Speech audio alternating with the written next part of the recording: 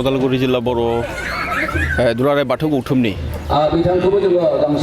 गेवलां मेल आं आसलथे गाहाय आलासि नङामोन मेल बेखेवगिरिमोन मानिजाथाव बिटिआरनि आरो आङो बिथांनि जि मासि लाबाय बेवहाय लानानै खोब मोजां मोनदों जे बाथौ सिबियारि रायजो राजा बिथांमोननि गाव गावनि धोरोमनि फारसे जे सांग्रांथि आरो बे धोरोमखौ लाखिनायनि गेजेरजों हारिनि जि राव थुनलाइ आरो हारिमु लाखिनायनि जि मोनसे बिबान बिथांमोना खामानि मावदों बेखौ नुनानै थारैनो गोजोननाय मोनदों आरो थुनलाइ आफादनि गायनाय धोरोम महरै आं गासैबो बाथौ सिबियारि बिथांमोननो आंनि गोसो गोरबोनि गाहाम हामलायनायखौ बावहरदों बे समावहाय सोमला ब्रह्म बाथौ दानि बाथौ बाथ्रा गोबां दान्थे नेहाथारि आबसु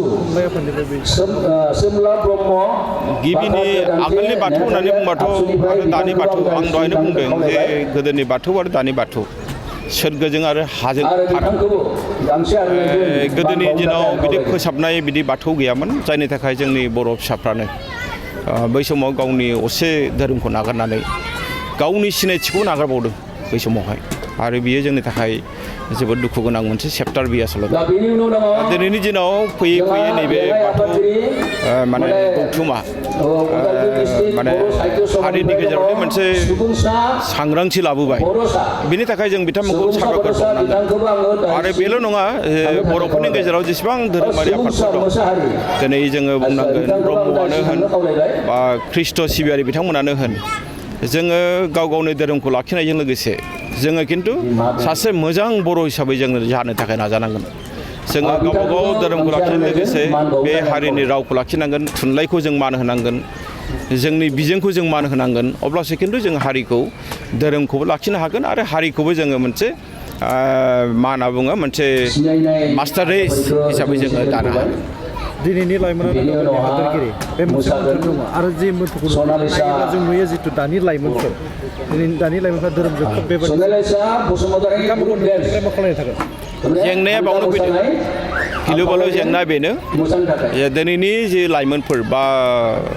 सेंग्रा गोहो बा सिख्ला गोहो बिसोरो धोरोमनि फारसे बांद्राय माने गोसो होनायखौ जों नुनो मोना आरो बेखायनो आथिखालनि जायफोर धोरोमगुरु बिथांमोना जायखि धोरोमानो जाया मानो